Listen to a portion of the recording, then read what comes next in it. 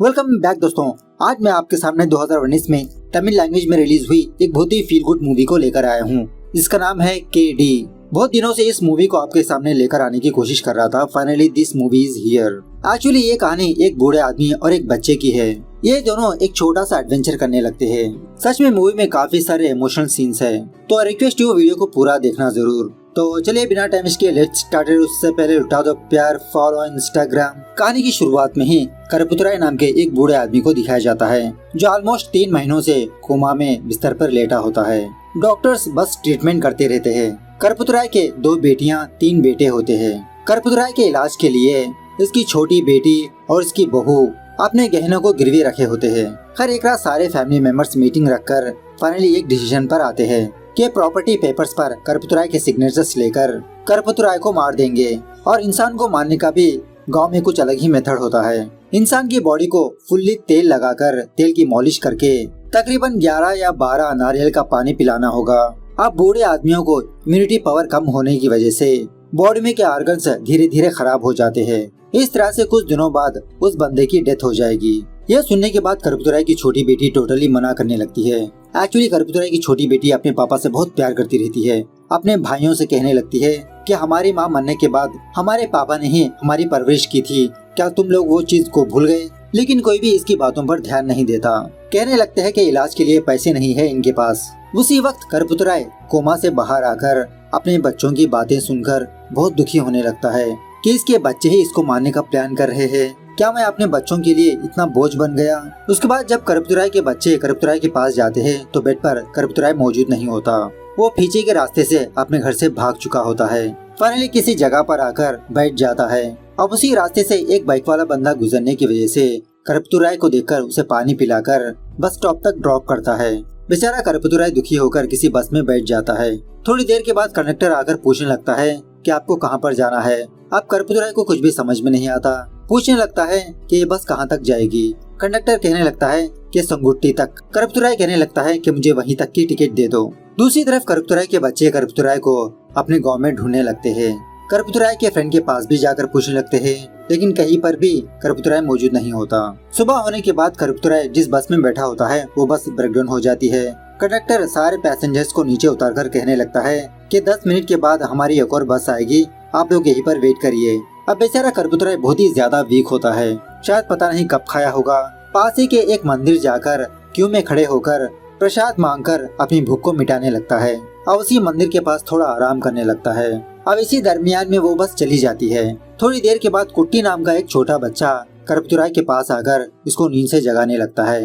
कहने लगता है कि ये मेरी प्लेस है, तुम कौन हो यहाँ पर सोने वाले? इस तरह से बहुत ही गुस्से से बात करने लगता है। कुट्टी की ये बातें करपुतराय को बहुत फनी लगती है। उसे देखकर मुस्कुराने लगता है। उसके बाद करपुतराय चाय पीने के लिए पास ही के एक होटल में जाता है।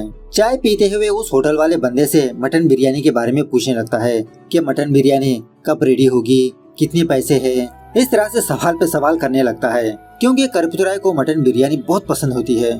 वहीं पर मुत्तू नाम का एक बंदा होता है। करपुतराय को देखकर कहने लगता है कि 12 बजे मटन बिरयानी रेडी होगी और उसकी कीमत है 100 रुपए। तो उसके बाद करपुतराय दोबारा मंदिर आकर पंडित की हेल्प करने लगता है। वही बर्तन की साफ सफाई, मंदिर की साफ सफाई। जब कुट्टी वहाँ पर आता है वो पंडित जी कुट्टी को डांटने लगता है कि इस बुजुर्ग को देखकर तुम भी काम सीखो, देखो कितनी अच्छी तरह से कर रहे हैं। लेकिन कुट्टी करपुतराय को हल्के से चिढ़ाने लगता है।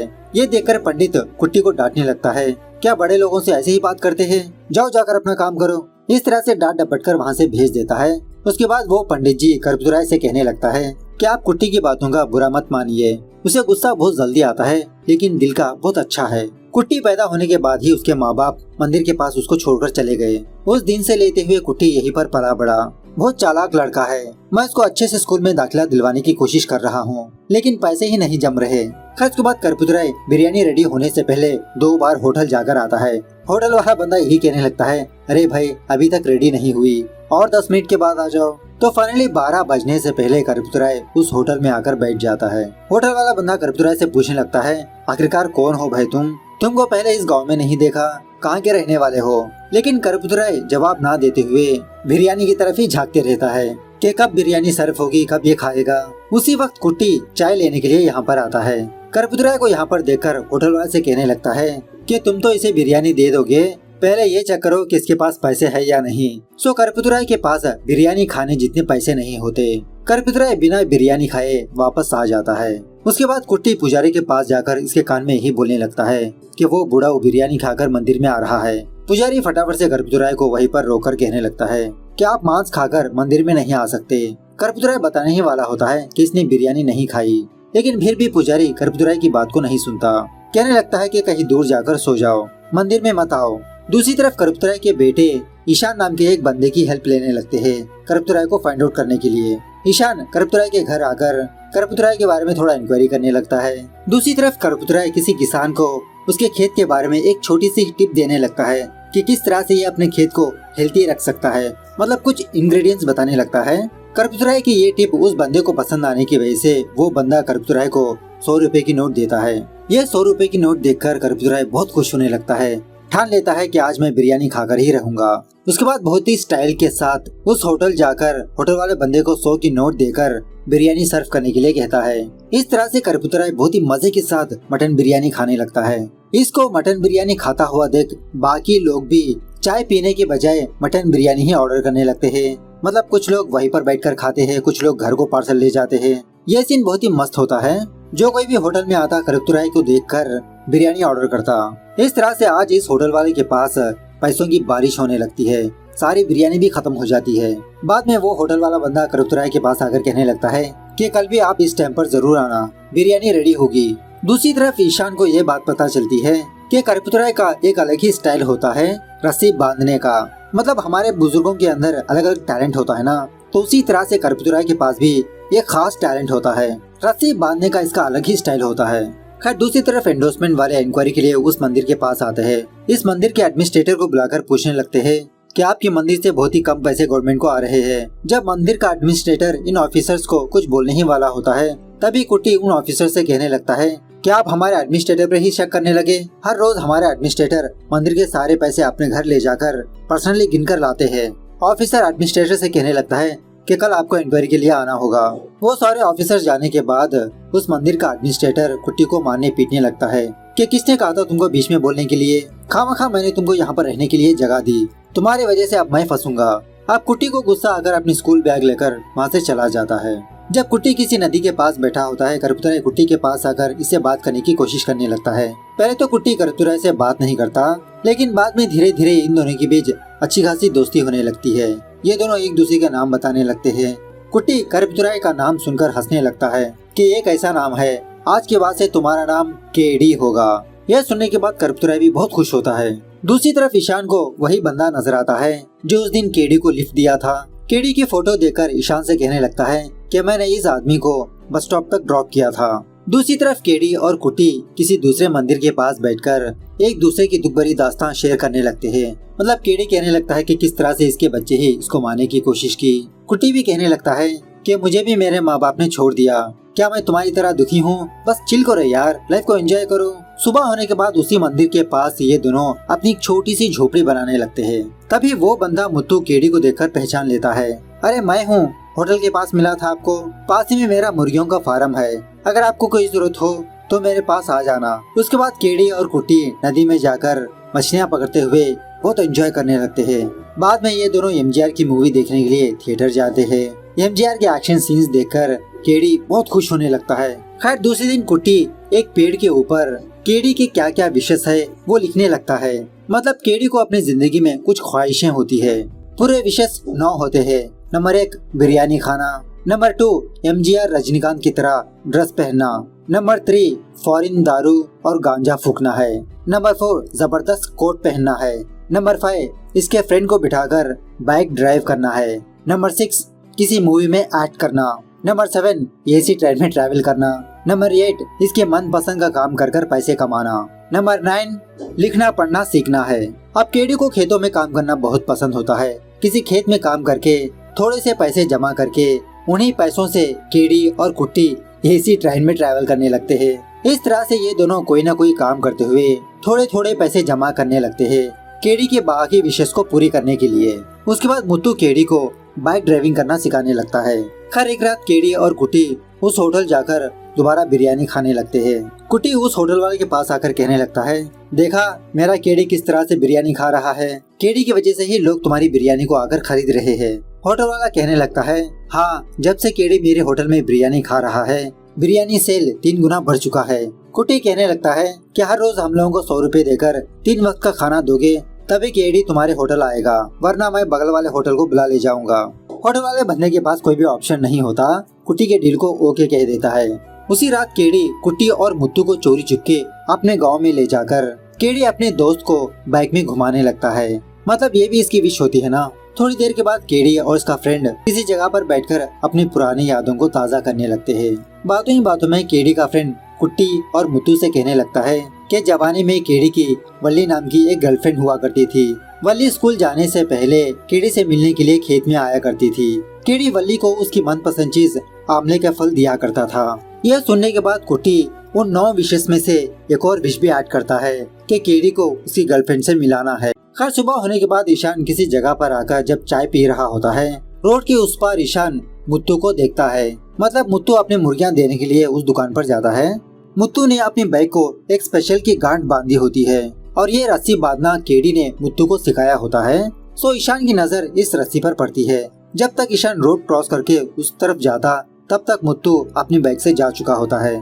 उस दुकान वाले बंदे से पूछताछ करके मुत्तू के फार्म के बारे में पता करके जब ईशान वहाँ पर जाता है तो मुत्तू अपने फार्म में मौजूद नहीं होता। केडी की फोटो देखकर मुत्तू की माँ कहने लगती है कि ये आदमी यहाँ पर नहीं रहता। दूसरी तरफ कुट्टी केडी को पढ़ना लिखना सिखाते रहता है। इसी में इन दोनों को ये बात पता चलती है कि किसी गांव में कोई फेस्टिवल चल रहा है। सो कुट्टी और केडी फटाफट से होटल में बिरयानी खाकर उस गांव की बस पकड़कर वहां पर जाने लगते हैं। थोड़ी ही देर बाद ईशान और केडी का बेटा इस होटल आकर केडी के बारे में पूछने लगते हैं। होटल वाला कहने लगता है, अरे अभी अभी ये दोनों उस गाँव गए हैं फेस्टिवल को देखने के लिए। तभी केडी की बड़ी बेटी केडी के बेटे को कॉल करके कहने लगती है कि इंटरेस्ट पे ना करने की वजह से बैंक वाले हमारे घर को खाली कर दिया, फटाफट से तुम पापा को ढूंढ निकालो, तभी हमारे मुश्किलें दूर होंगी। ये देखकर केडी का बेटा ईशान को डांटने लगता है कि खामखा मैंने तुम पर भरोसा किया। ईशान कहने लगता है, सिर्फ 4 दिन का टाइम दो मुझे, तुम्हारे पापा को तुम्हारे घर लाऊंगा। इस तरह से ये भी उस फेस्टिवल पर जाने लगता है। दूसरी तरफ केडी और कुट्टी फाइनली उस फेस्टिवल पर पहुंचकर पहले एक कॉस्ट्यूम की दुकान पर जाकर कुछ अच्छे से कपड़े भाड़े पर लेते हैं। मतलब केडी सूट पहनकर फोटो खिंचवाता है। उसके बाद केडी किसी औरत के पास जाकर हल्के से गांजा मांगने लगता है। वो औरत दे भी देती है। दूसरे दिन केडी और कुट्टी किसी वाटरफॉल के पास जाने पर कुट्टी केडी से रिक्वेस्ट करने लगता है कि हम वाटरफॉल्स के नीचे स्नान करेंगे। अब उसी जगह पर कुछ लोग अपने बॉडी की मालिश करवाते रहते हैं तेल से। यह देखकर केडी को अपने बेटों की बात याद आती है। बहुत दुखी होकर कुट्टी से कहने लगता है, नहीं नहीं, यहाँ पर नहीं, हम कहीं और चलेंगे। लेकिन कुट्टी जिद करने लगता है, नहीं, मुझे यहीं पर ही स्नान करना है। केडी को गुस्सा आकर कुट्टी को छोड़कर साइड में चला जाता है। बहुत देर बाद जब केडी का गुस्सा ठंडा होता है, केडी कुट्टी के पास जाकर उसे सॉरी बोलते हुए उसको मनाने लगता है। खरात होने के बाद दोबारा ये दोनों फेस्टिवल पर जाते हैं। तो वहाँ पर किसी जगह पर कुछ लोग नाटक वगैरह करते रहते हैं। तो केडी भी एमजीआर और रजनी का गेटअप डालकर उनकी तरह एक्ट करने लगता है और इस एक्टिंग में कुट्टी भी शामिल होता है। ये सीन बहुत ही मस्त होते हैं। At the same time Ishaan भी केडी को ढूंढते हुए उस फेस्टिवल पर पहुंच जाता है। दूसरी तरफ केडी और कुट्टी को उनकी नाटक की वजह से इन दोनों को फर्स्ट प्राइज मिलता है। जब माइक में ईशान केडी का नाम सुनता है, फटाफट से उस स्टेज के पास जाता है।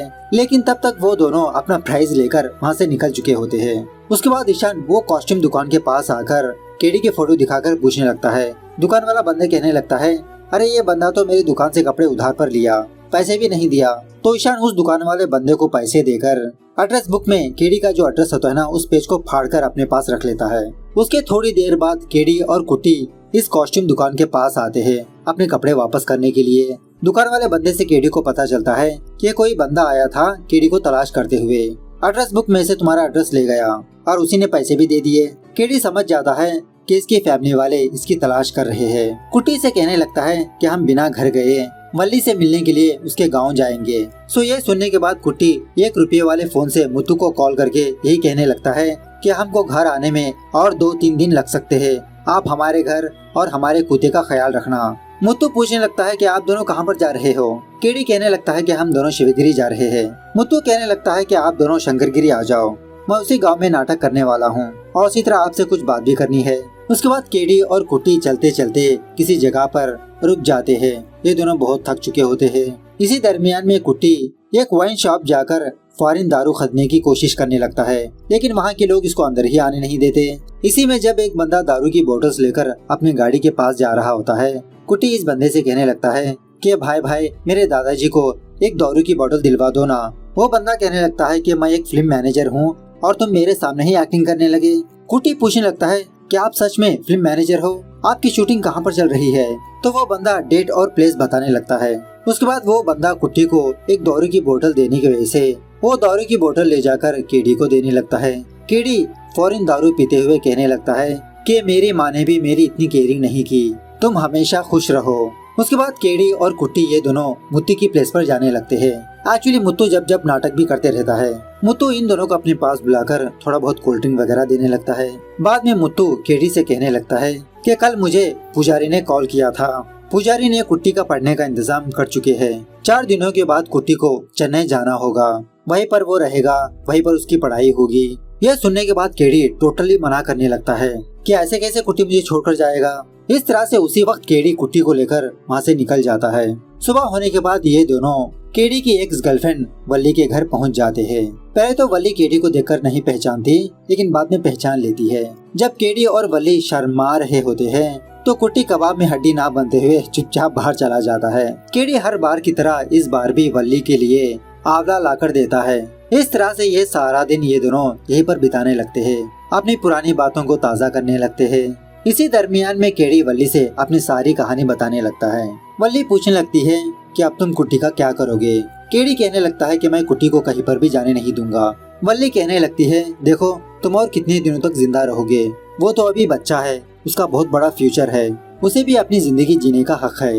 ये सुनने के बाद बेचारा केडी दुखी होकर ठान लेता है कि कुट्टी को चेन्नई भेजेगा। रात होने के बाद ये दोनों किसी बस स्टॉप पर आते हैं। केडी को दुखी हुआ देख कुट्टी अपनी छाती पर लगे हुए टैटू को केडी को दिखाने लगता है। मतलब कुट्टी ने केडी कहकर लिखवाया होता है। केडी कुट्टी से वही बात बताने लगता है कि 4 दिनों बाद तुमको चेन्नई जाना होगा, पुजारी ने तुम्हारी पढ़ाई का इंतजाम कर चुके हैं। यह सुनने के बाद कुट्टी टोटली मना करने लगता है कि मैं तुमको छोड़कर कहीं पर भी नहीं जाऊंगा। लेकिन केडी कुट्टी को एक छापड़ लगाता है। बाद में खुद इसको अपनी सीने से लगाकर इसको समझाने लगता है। इस तरह से इन दोनों के बीच यहाँ पर बहुत ही इमोशनल बातें होने लगती है। सुबह होने के बाद केडी और कुट्टी सेंगुट्टी गाँव पहुँच जाते हैं और एक्चुअली आज इसी गाँव में फिल्म की शूटिंग होने वाली होती है और कुट्टी केडी को सरप्राइज देना चाहता है। पहले तो कुट्टी फिल्म शूटिंग के पास जाता है तो उसको ये बात पता चलती है कि एक बंदा शूटिंग के लिए नहीं आया। फिल्म मेकर से रिक्वेस्ट करके केडी के बारे में बताता है। केडी का रोल एक मरे हुए पर्सन का होता है। इस रोल के बारे में जानकर केडी हंसी खुशी इस रोल को प्ले करने लगता है। उसके बाद केडी और कुट्टी सेंगुट्टी रेलवे स्टेशन पर जाते हैं। कुट्टी केडी से कहने लगता है कि जब तुम मुझे देखने के लिए आते रहो। इस तरह से दोबारा इन दोनों के बीच बहुत ही इमोशनल बातें होने लगती है। थोड़ी देर के बाद मुत्तू और वो पुजारी इस रेलवे स्टेशन पर आ जाते हैं कुट्टी को चेन्नई पहुंचाने के लिए। यहाँ तक केडी और कुट्टी का सफर दी एंड होता है। उसके बाद केडी अकेला जब अपनी झोपड़ी के पास आता है तो ईशान केडी के पास आकर इसको उसके घर ले जाने लगता है। केडी को अपने घर में देखकर इसकी छोटी बेटी बहुत खुश होने लगती है। पूछने लगती है कि पापा आपने बिना मुझे बताए कहाँ पर चले गए? जब केडी के बेटे आते हैं कहने लगता है कि फटाफट से प्रॉपर्टी के पेपर्स लाओ। पेपर्स मंगवाकर प्रॉपर्टी के पेपर्स पर सिग्नेचर करने लगता है, ना कि थंबप्रिंट। दूसरे दिन केडी की फैमिली दोबारा केडी को मारने का प्लान बनाने लगते हैं। वही तेल की मालिश वाला मेथड। जब ये सारे लोग केडी के कमरे में जाते हैं, केडी अपने बिस्तर पर मौजूद नहीं होता। ये दोबारा अपने घर से भाग चुका होता है। ये देखकर केडी की छोटी बेटी अपने आप में हंसने लगती है, यही सोचकर कि मेरे पापा बाहर रहना ही बेहतर होगा। इस तरह से ये मूवी यहाँ पर दी एंड होती है। तो मूवी कैसे लगी कमेंट करके बताना जरूर। मिलते हैं अगले वीडियो में, तब तक take care, bye bye, see you soon.